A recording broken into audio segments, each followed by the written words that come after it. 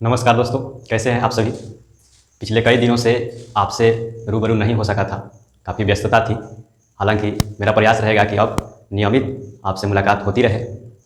दोस्तों, पिछले दिन भारत के एक प्रसिद्ध कृषि वैज्ञानिक, केवल भारत के ही नहीं बल्कि विश्व के एक प्रसिद्ध कृषि वैज्ञानिक एम.एस. स्वामीनाथन का निधन हो गया, जो कि भारतीय कृषि क्षेत्र में एक बड़ी क्षति कही जा सकती है।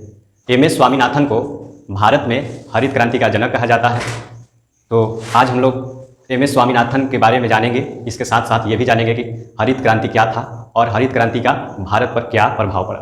तो सबसे पहले हम लोग एम.एस. स्वामीनाथन के बारे में थोड़ी संक्षिप्त बातें कर लें। तो एम.एस. स्वामीनाथन एम.एस.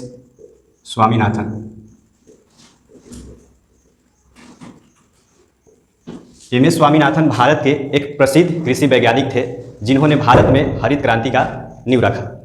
इनका जन्म जो है, जन्म 1925 में तमिलनाडु के कुंभकोणम में हुआ था। कुंभकोणम।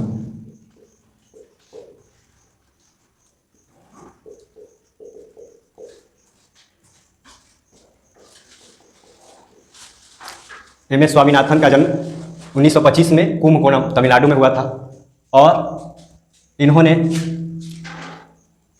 भारतीय कृषि में अमूल्य योगदान दिया। बात 1960 की दशक की है, जब अमेरिका के प्रसिद्ध कृषि वैज्ञानिक नॉर्मन बोरलॉग ने वैश्विक भूखमरी के स्थिति को देखते हुए एक बीज की नई किस्म तैयार किया, जिसे HYV नाम दिया जाता है। HYV किस्म का बीज किसने बनाया? तो अमेरिका के कृषि वैज्ञानिक नॉर्मन बोरलॉग ने बनाया। Norman Borlaug. तो वैसे नॉर्मन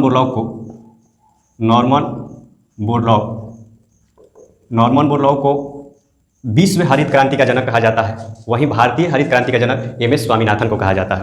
तो नॉर्मन बोरलॉग, जिन्होंने 1960 के दशक में मैक्सिको में, जो कि अमेरिका का एक पड़ोसी देश है, मैक्सिको में गेहूं की एक खास किस्म का बीज तैयार किया, जिसमें उसका पौधा जो छोटा रहने वाला था और उसमें बीज काफ़ी ज़्यादा मात्रा में होने वाले थे, ताकि उत्पादन ज़्यादा से ज़्यादा बढ़ सके। तो मैक्सिको में नॉर्मन बोरलॉग नामक कृषि वैज्ञानिक, जो कि अमेरिका के रहने वाले थे, उन्होंने मैक्सिको में गेहूं का एक ऐसा किस्म का बीज तैयार किया जिससे पैदावार में काफ़ी इजाफा होने वाला था, और उस बीज को HYV बीज कहा जाता है। HYV बीज। HYV बीज क्या होता है? तो HYV का फुल फॉर्म की बात करें तो हाई यील्डिंग वेराइटीज। तो हाई यील्डिंग वेराइटीज होता है HYV का फुल फॉर्म, और इसी बीज को नॉर्मन बोरलॉग ने मैक्सिको में तैयार किया था।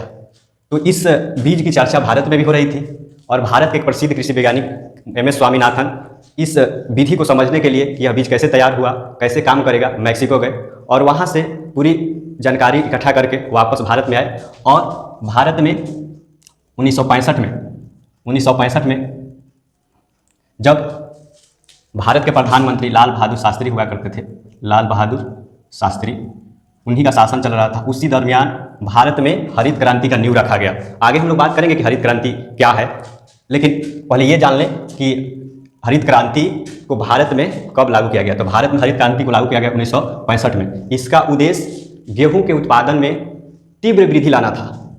आप जानते हो 1960-70 के दशक में भारत की जनसंख्या 50 करोड़ क्रॉस कर चुकी थी। 70 तक जनसंख्या 50 करोड़ पार ही कर गई थी।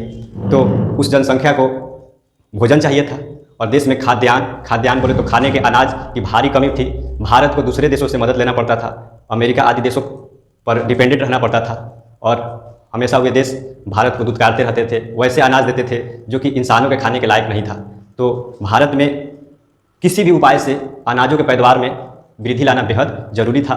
तो वो एम.एस. स्वामीनाथन ही थे जिन्होंने नॉर्मन बोरलॉग के साथ संपर्क करके, उनके साथ वक्त गुजार करके, उनके साथ काम करके एक नई किस्म का बीज तैयार किया। उसको भारत के कुछ राज्यों में लागू किया गया। HYV बीज जो था उसका प्रयोग भारत के कुछ ही राज्यों में किया गया। वे राज्य थे पंजाब,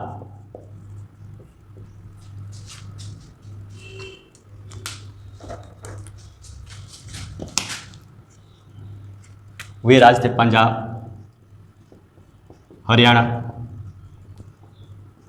और पश्चिमी उत्तर प्रदेश।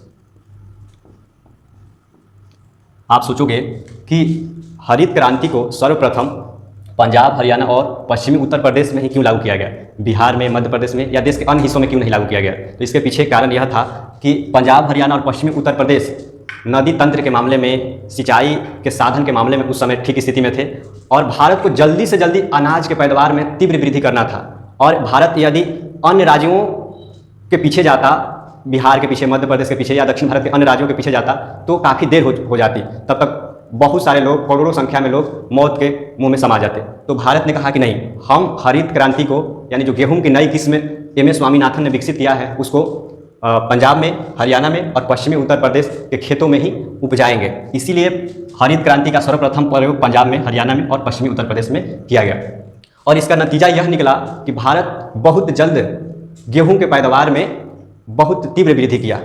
भारत उस स्थिति में आ गया कि अब गेहूं उसे दूसरे देशों से आयात नहीं करना था, बल्कि इतने पैदावार हो गए कि अब भारत किसी अन्य देशों की मदद भी कर सकता था। उसके बाद बारी थी चावल की, तो फिर चावल के साथ भी वही किया गया। चावल की खेती के लिए, चावल के पैदावार में तीव्र वृद्धि लाने के लिए फिर एक बार पंजाब, हरियाणा और पश्चिमी उत्तर प्रदेश को ही सर्वप्रथम चुना गया। इनको क्यों चुना गया आप तो भली भांति जान चुके हो। और हैरानी वाली बात यह है कि पंजाब और हरियाणा के लोगों को चावल की खेती का कोई ज्ञान नहीं था। उन्हें इस तरह की खेती का आदत नहीं था कि जिसमें खेत घुटने भर पानी में या कमर भर पानी में उतार करके रोपनी किया जाए। तो भारी मात्रा में बिहार से लोगों को लाया गया, बुलाया गया। लाखों लोग बिहार से, उत्तर प्रदेश के अन्य हिस्सों से रोपनी करने के लिए या धान की फसल की देखरेख करने के लिए पंजाब, हरियाणा गए और उन्हें वहाँ पर रोजगार मिला। तो चावल के पैदावार में भी गेहूँ के पैदावार की तरह तीव्र वृद्धि हुआ, तीव्र वृद्धि देखने को मिला और भारत किसी से मांगने वाला देश की जगह किसी दूसरे देश को अनाज देने वाला देश बन गया। इसमें MS स्वामीनाथन का रोल बहुत महत्वपूर्ण रहा।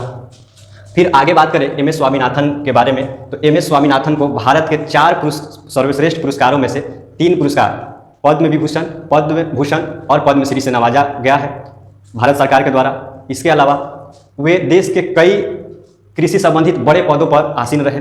इसके अलावा वे अंतर्राष्ट्रीय चावल अनुसंधान संस्थान के चेयरमैन भी रहे, जो कि फिलीपींस में जिसका मुख्यालय है। अंतर्राष्ट्रीय